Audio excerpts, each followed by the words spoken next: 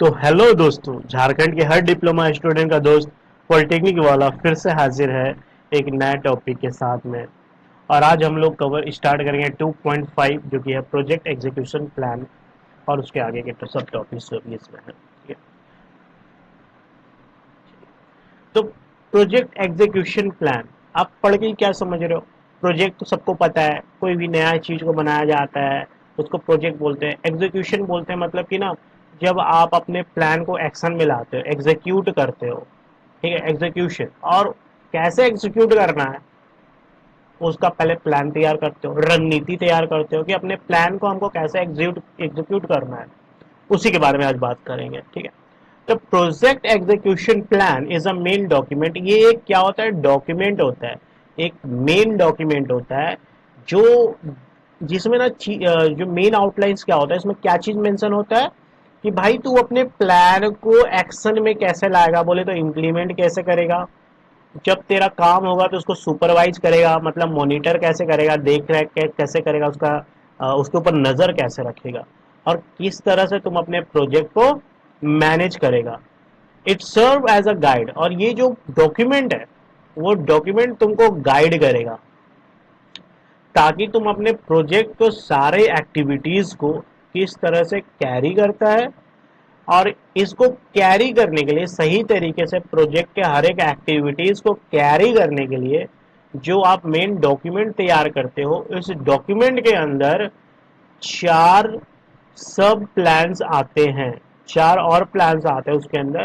पहला है contracting strategy, work packaging, organisational structure, and चौथा है सिस्टम एंड प्रोसीजर स्ट्रेटेजी। तो सबसे पहले हम लोग बात करेंगे कॉन्ट्रैक्टिंग प्लान्स के बारे में, ठीक है। तो कॉन्ट्रैक्टिंग प्लान नाम से ही आपको समझ में आ रहा होगा कि हाँ, कोई किसी चीज का कॉन्ट्रैक्ट, जो काम हमसे नहीं होता तो हम लोग बाहर देते हैं काम करने के लिए, किसी और को देते हैं, चाहे वो कोई माल सप्लाई करने के लिए हो। तुम्हारा भी घर द्वार बनता है घर में, तो तुम भी सीमेंट ईटा ये सब चीजों के लिए कोई जो सप्लायर होता है उससे कॉन्टैक्ट करते हो, उसको अपना काम देखते हो कि भाई इतने टाइम में मेरे को इतना सामान पहुंच जाना चाहिए, डील करते हो ना। उसी तरीके का जब कोई प्लान होता है तो प्लान, जब तुम प्रोजेक्ट बनाते हो तो वो प्रोजेक्ट बनाने के लिए जो भी सामान का जरूरत होता है, या जो भी सर्विसेज का जरूरत होता है, या जो भी रॉ मटेरियल का जरूरत होता है, वो आप बाहर के कंपनी से, एजेंसी से अगर मंगवाते हो तो उसके साथ तुम्हारे कुछ डॉक्यूमेंटेशन होने चाहिए, ताकि कल का डेट में कोई मतलब कि मतभेद ना हो जाए आपस में। इस तरीके का कॉन्ट्रैक्ट होना चाहिए। पढ़ते हैं, देखो। A contracting plan explain how the project will get goods. अब जो कॉन्ट्रैक्टिंग प्लान है, प्लान जो है, ये बताता है कि तुमको जो प्रोजेक्ट के लिए जो सामान है, जो सर्विसेज है, जो रॉ मटेरियल्स है, जो काम है, बेसिकली जो तुमको आउटसाइड कंपनी से मिलने वाला है, या एजेंसी से मिलने वाला है, या वर्कर से मिलने वाला है, वो कैसे मिलेगा। How a project will gate goods, services, raw materials from where? From outside company। ठीक है भाई, बाहरी कंपनी से तुमको सामान कैसे मिलेगा, ये एक्सप्लेन करता है कॉन्ट्रैक्टिंग प्लान। नेक्स्ट क्या है? It also tells who will do the work. ये भी बताता है कि कौन क्या काम करेगा।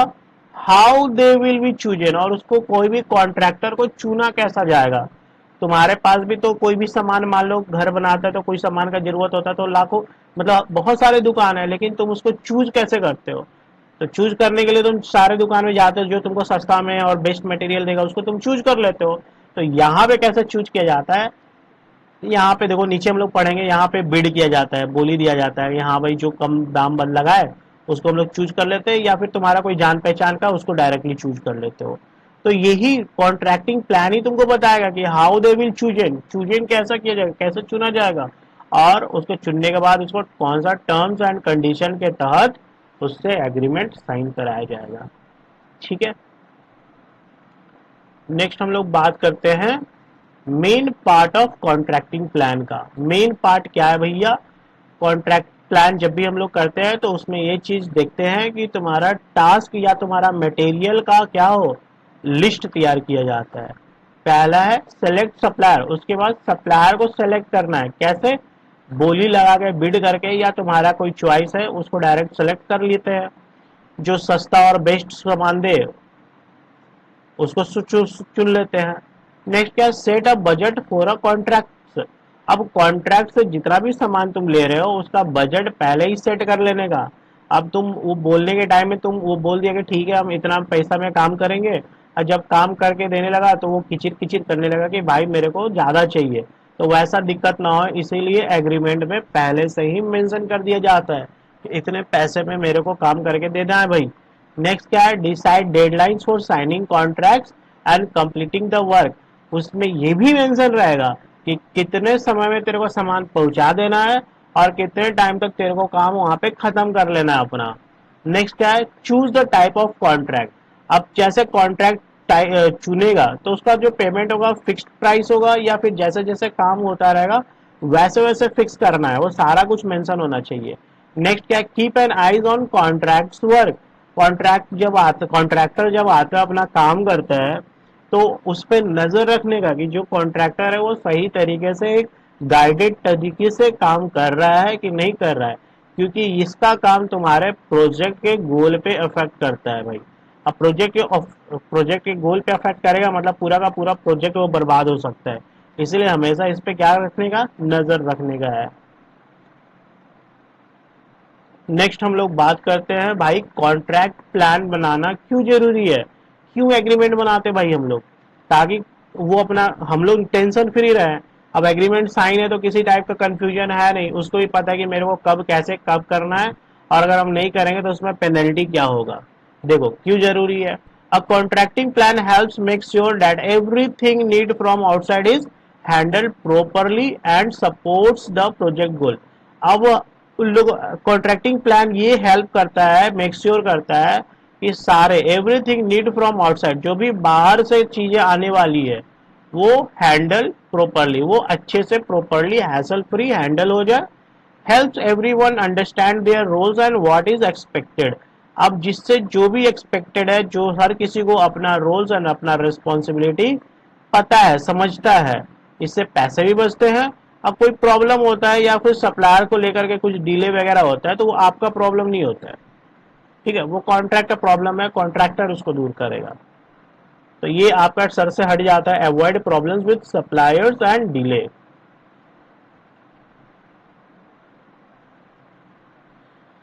नेक्स्ट हम लोग बात करेंगे वर्क पैकिंग प्लान का। वर्क पैकिंग प्लान बेसिकली होता क्या है कि काम को आपस में तोड़ना।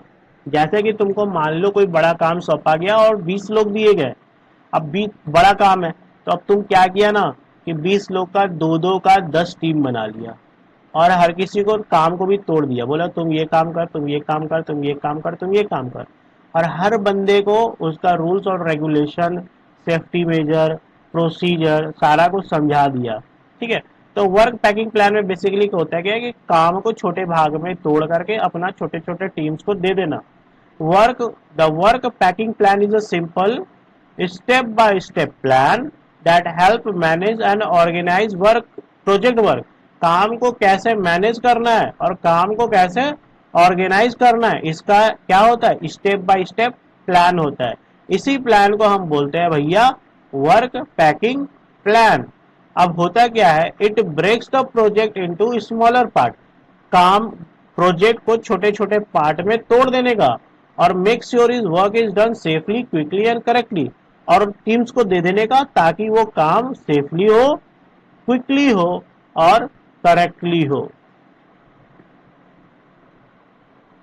वर्क पैकिंग प्लान का मेन पार्ट्स क्या क्या होते हैं? पहला पार्ट कहता है कि decide what work need to be done. भाई ये डिसाइड करता है, वर्क पैकिंग प्लान में ये चीज डिसाइड होता है कि कौन सा काम, what work need to be done, कौन सा काम जरूरी है करना।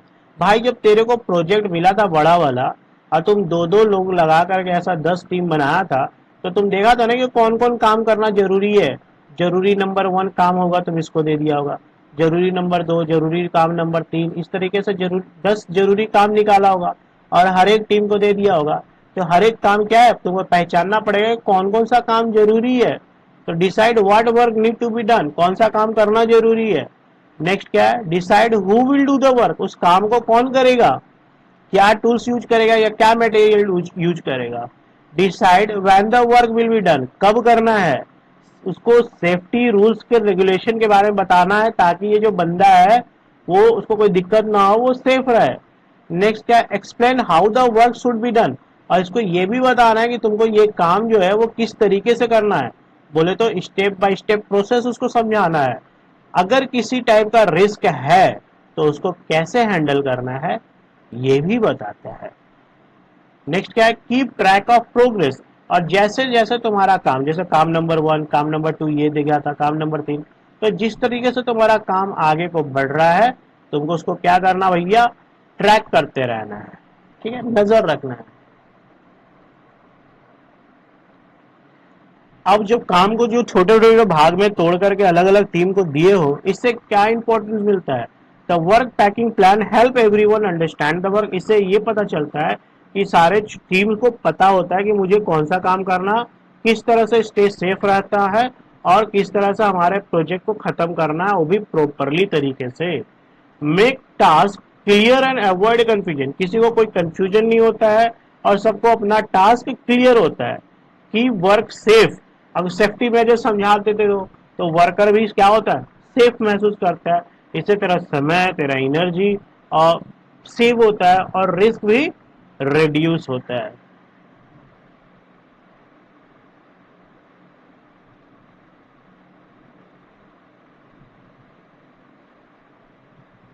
नाउ नेक्स्ट बात करते हैं हम लोग ऑर्गेनाइजेशन प्लान का। ऑर्गेनाइजेशन प्लान होता क्या है, ऑर्गेनाइजेशन प्लान मतलब टीम फॉर्मेशन। वो जो बड़ा सा काम था और तुमको 20 लोग मिले हुए थे, तुमने क्या किया, दो दो लोगों का 10 टीम बनाया था ना भाई। अब क्या कर रहे हो, इसको जो काम दे रहे हो, जो भी काम दे रहे हो, वर्क 1 इसको दिए, वर्क 2 इसको दिए, तो वर्क 1 अगर मान लो मैकेनिकल फील्ड का है तो इलेक्ट्रिकल वाला टीम नहीं ना डालेगा। अगर कोई मैकेनिकल बैकग्राउंड का कोई काम है तो उसके लिए मैकेनिकल बैकग्राउंड का ही आदमी डालेगा। मतलब जो तुम्हारा टीम सिलेक्शन हो, टीम फॉर्मेशन हो, उसी तरीके का होना चाहिए, उसी के फील्ड का काम उसको सौंपो, ऐसा बोलने का मतलब ये है। An organisation plan is simple document, ये भी एक डॉक्यूमेंट होता है that shows how the project team is setup, किस तरह से प्रोजेक्ट का टीम बना है तुम्हारा और किस तरह से तुमने काम को मैनेज कराया है। It tells who is responsible for what in the team, team का हर एक मेंबर कौन कौन से काम के लिए रिस्पॉन्सिबल है। It helps make the work process clear and efficient, इससे क्या होता है, अगर सही टीम फॉर्मेशन होगा तो तुम्हारा वर्क प्रोसेस जो होगा क्लियर और असरदार, इफिशिएंट तरीके से तुम्हारा काम होगा। Main part of organisation plan, अब और कोई भी ऑर्गेनाइजेशन प्लान का मेन पार्ट क्या होता है। पहला पार्ट ये होता है कि हर एक आदमी को उसका गोल समझाया जाता है इस डॉक्यूमेंट में कि भाई तुम्हारा प्रोजेक्ट जो भी अचीवमेंट है तुमसे क्या चाह रहा है, प्रोजेक्ट तुमसे क्या चाह रहा है ताकि प्रोजेक्ट अपने गोल पे खड़ा उतरे। नेक्स्ट क्या है, tells who is in charge, ये भी बताता है कि तुम्हारा काम के टाइम में कौन मेन इंचार्ज है, इसका तुमको सुनना है, और who will do the work, और वो काम कौन करना है, किसको करना है बोल करके। नेक्स्ट क्या है, shows each person roles and responsibility in the team, team के हर एक मेंबर का अपना अपना रोल और अपना अपना रेस्पॉन्सिबिलिटीज बताया जाता है। Describe how the team will share information and work together smoothly, इसमें यह भी डिस्क्राइब रहता है कि किस तरह से तुम्हारे काम को एक दूसरे के साथ शेयर किया जाएगा और तुम्हारा काम को करने कैसे किया जाएगा, स्मूथली किस तरीके से किया जाएगा। नेक्स्ट क्या है, लिस्ट द रिसोर्सेज नीडेड, इसमें जितने भी सामान का जरूरत होगा, जितने भी रॉ मटेरियल का जरूरत होगा, टाइम हो चाहे कॉस्ट हो चाहे टूल्स हो चाहे मटेरियल हो, ये सारा रिसोर्सेज लिस्ट आउट रहेगा, इसमें मेंशन रहेगा। नेक्स्ट क्या है, include rules, important dates and deadline, इस ऑर्गेनाइजेशन प्लान में आपको सारे नियम कानून, जरूरी डेट मतलब शुरुआत करने का, खत्म करने का, या फिर डेडलाइंस, ये भाई मेंशन रहेगा। अब ऑर्गेनाइजेशन प्लान तैयार क्यों करना है? इसलिए तैयार करना है कि हर एक आदमी को ये समझ में आए कि उसका काम है क्या, ताकि उसको रिड्यूस क्या हो, कंफ्यूजन ना हो, और अवॉइड मिस्टेक, चाहे मिस्टेक भी अवॉइड हो, make communication easier and smoother, communication strong बन पाए। अगर उसको कोई दिक्कत होगा सीधे डॉक्यूमेंट खोलेगा और डॉक्यूमेंट खोल के ये पढ़ लेगा भाई कि ये स्टेप में कौन सा काम किसको करना है और कैसे करना है और कब करना है। ठीक है, keep the team focused on the goal, इससे तुम्हारा जो टीम होगा वो अपने लक्ष्य के ऊपर क्या होगा, फोकस होगा भाई।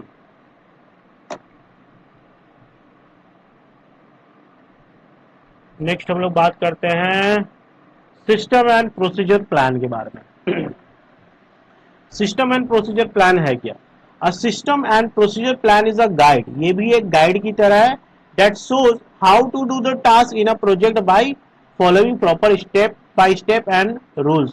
कोई भी काम को रातों रात होगा नहीं है, छोटे छोटे स्टेप्स में कंप्लीट किया जाता है।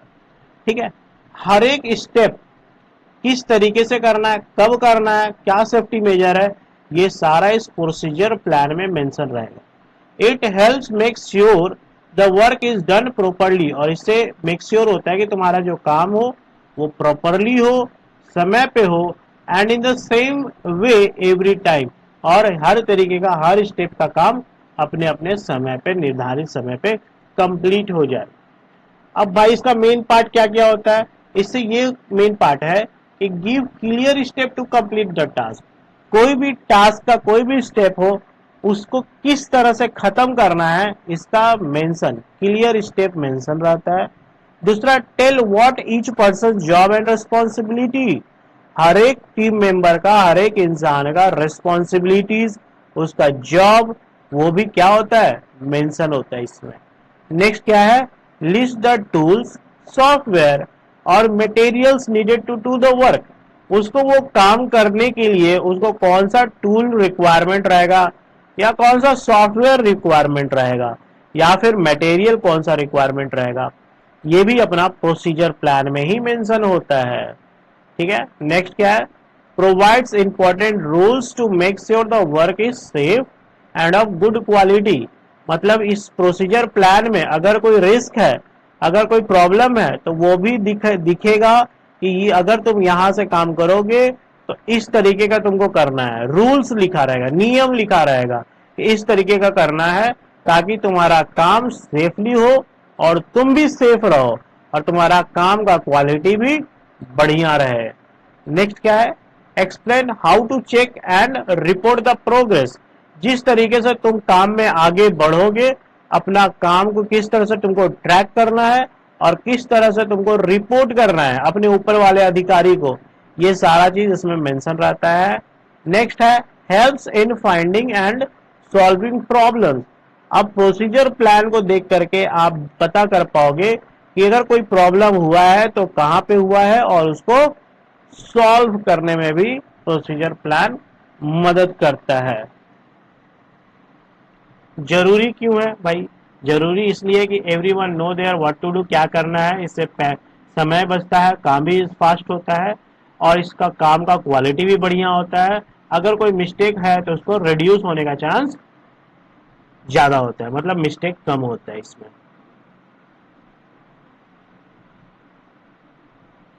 तो चार भाग था, आप लोग चार भाग कर लिए।